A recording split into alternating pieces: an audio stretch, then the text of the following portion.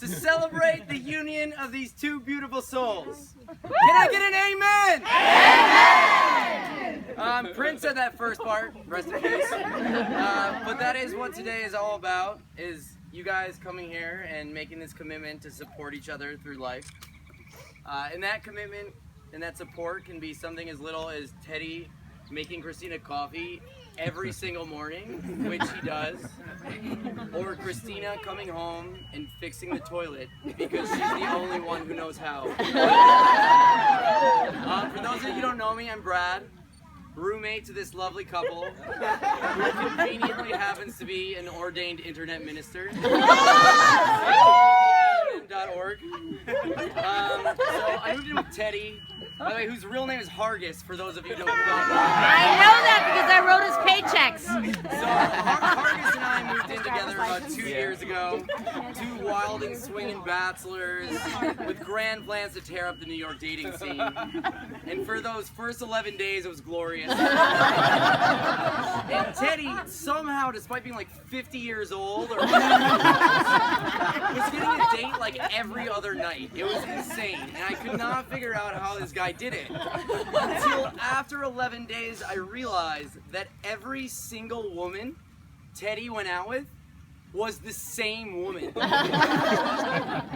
little did I know that it would be the beginning of this beautiful relationship and the end of my dreams of a world-class bachelor pad. And just when Teddy found true love, he did what any man in his position would do: move to Africa. And so during this time, Christina was generally like pretty happy and optimistic when I would see her.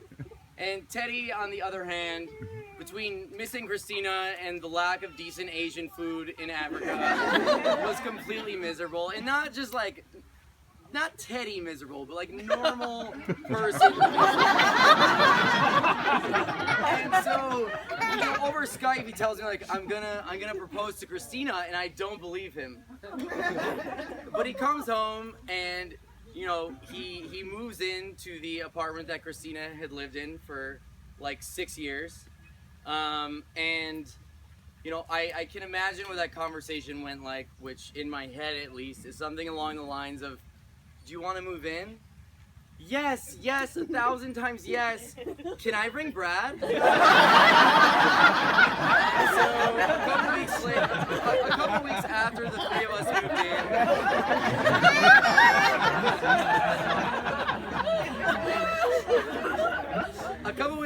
three of us moved in, Teddy proposed, and we've now all lived together for about a year. I've had a very unique viewpoint in the growth of this relationship, which started out, at least again in my head, with Teddy blindly swiping right on Tinder, and Christina pausing over his photo and thinking, is it ever really going to work with a 22-year-old who's just a tad bit shy of my typical boyfriend height of 6'6". But now it is difficult to imagine them not together. Christina, you've really helped Teddy grow into the man he's always wanted to become. It's been a...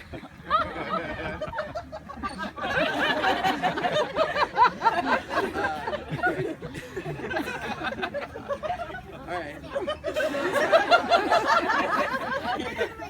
It's been amazing to see the way that you help him think things through and think about the future instead of only right now. You're one of the sweetest, most thoughtful, loyal people that I've ever met. And every decision that you make, it seems like you have Teddy in your heart and your mind. And Teddy, down at your core, you're more or less just a big puddle of laughter and love. And finally, for that first time, you have someone to give all that love to. You're such a calming Zen-like presence for your yogi fiance. I can't count the times when a somewhat worried Christina would be, worrying to you, and you just tell her, it's gonna be fine. And usually she believes you, and it always is fine. And after all this time together, sharing a bedroom wall,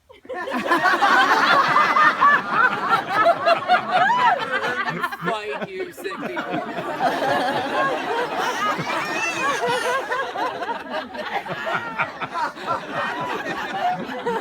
Instead, what I've seen pretty much every day, whichever one of you gets home first will, no matter how your day is, no matter what's going on in your life, you will get in the kitchen and you will start cooking dinner for the two of you.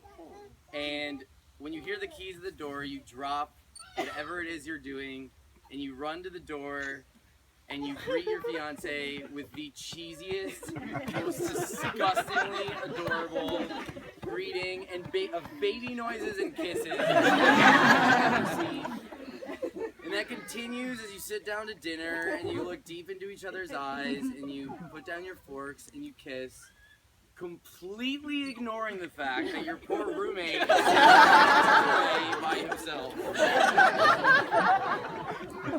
Both of you are uncommonly positive, joyful people, and somehow you manage to bring that out in each other even more. And I think that your appreciation of life and love is really, that you radiate, is really the strong thread that makes your relationship so strong. And that has brought all of these amazing people into your life. You know, most weddings we've all been to, we're spectators, and we've eaten the catered food, and we've danced to the hired DJ, and we listened to a priest or a rabbi go on at length about some couple that he just met. But this wedding, I think we can all agree, has been very different. Everyone here has participated. From the DJ to the photographer to the yoga instructor to the floral arranger to the bartender. This wedding was really a project of love from your family and your chosen family. You know, a gift to you guys. And you know, anyone who walked into the kitchen this weekend, I think could see like everyone just kicking ass in there, washing dishes, cooking food, like all this amazing food for everyone to share. It was just non-stop people pouring love into this weekend. And that doesn't just happen for anybody. I think it takes two really incredibly special people to create that desire in all of us to work really hard to give you the most beautiful weekend you can possibly have. And that is because you've given all of us so many beautiful moments. So you guys have both written your vows. And in the great tradition started by Michael Drone, Father Michael Drone, way back in 2015, shall decide who goes first by a game of rock, paper, scissors. It is on shoot, so rock, paper, scissors, and then shoot. Okay.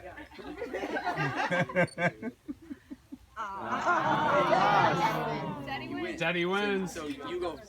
Oh. Wasn't playing anyway.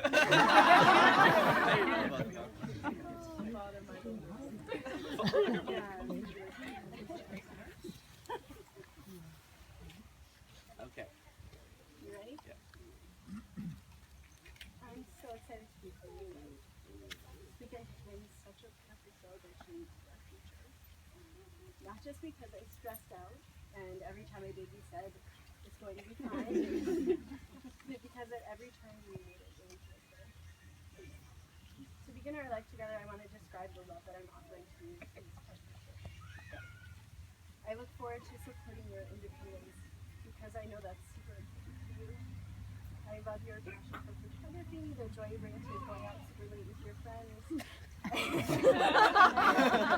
I know that that's really important. I know that years from now we'll both be doing different and exciting things, and I look forward to sharing them. I promise to keep my own passions alive so that I can also be an equal participant in sharing these experiences. I hope to continue to expand your horizons. I'm going to keep asking you to do yoga, tell you amazing facts about dinosaurs, and I'm challenging your decorating decisions.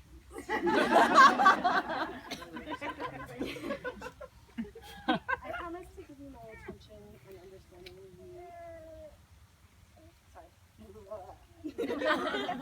I promise to give you my attention and understanding. You're so lucky to be content and happy right now. And I know that making these efforts while we are basking in good times will help when we hit a bumpy road.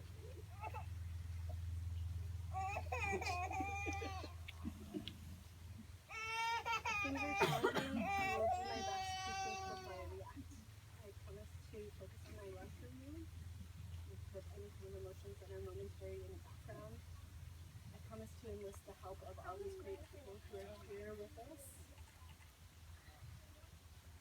help us grow closer through adversity that comes our way. As we grow older together, I think the most important quality I can offer you is a willingness to try. I'll continue to listen to you, to love you, and to enjoy our lives. The joy that you bring to every moment, from this momentous occasion to the simple act of waking up in the morning, is the future.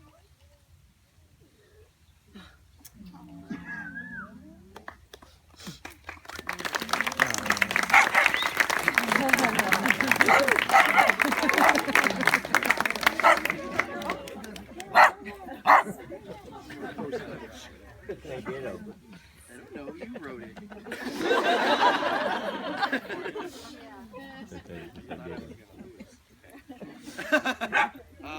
So mine are way shorter. I saw the song last night. I should I'm just gonna read it slowly so it's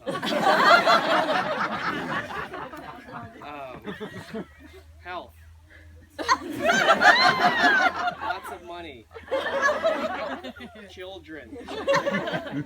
These are a few of the things I can't promise you.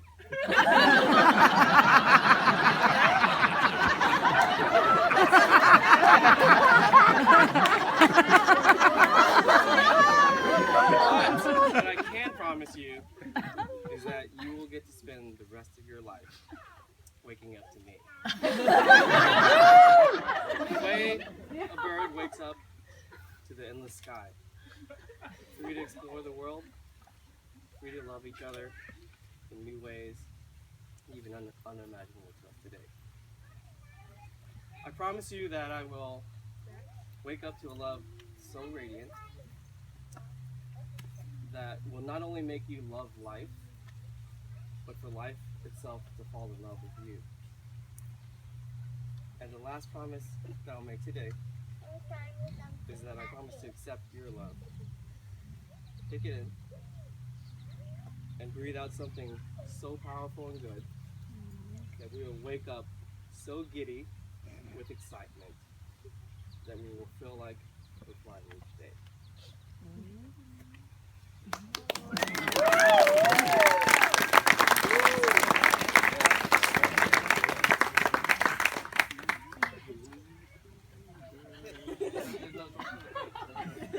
I'm trying to get back to my thing. I still gotta get married.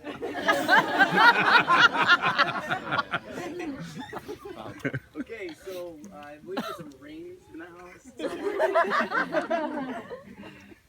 Okay, We all touched those. yeah, we should have gone with this. Okay, so as you guys put these rings on each other, feel free to get started.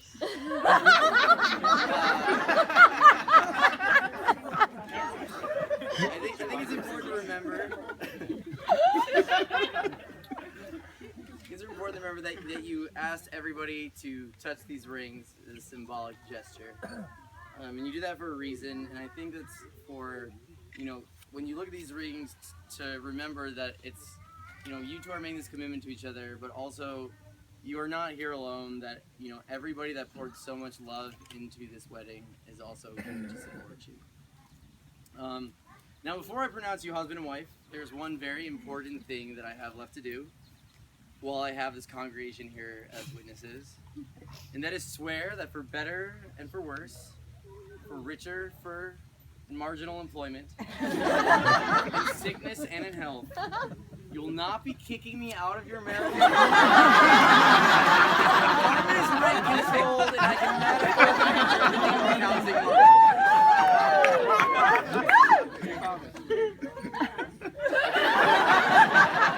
By the power invested in me in the state of New York and the AMM.org, I now pronounce you Mr. and Mrs. Hargis Vung.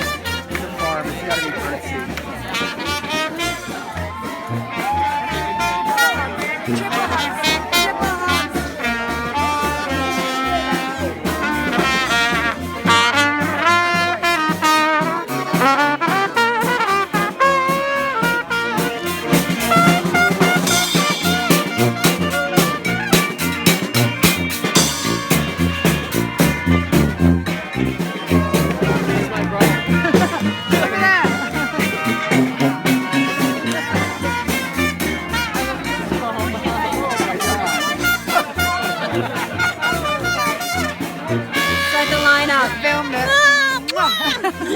I have to hug you. I love you so much.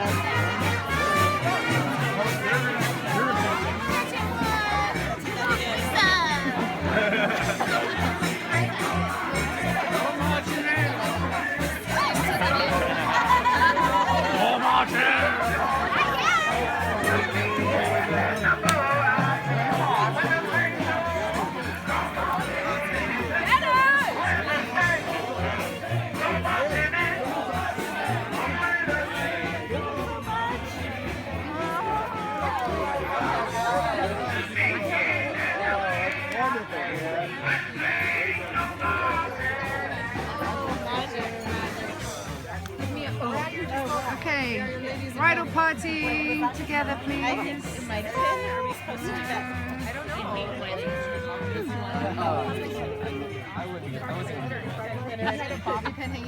I was just done with that.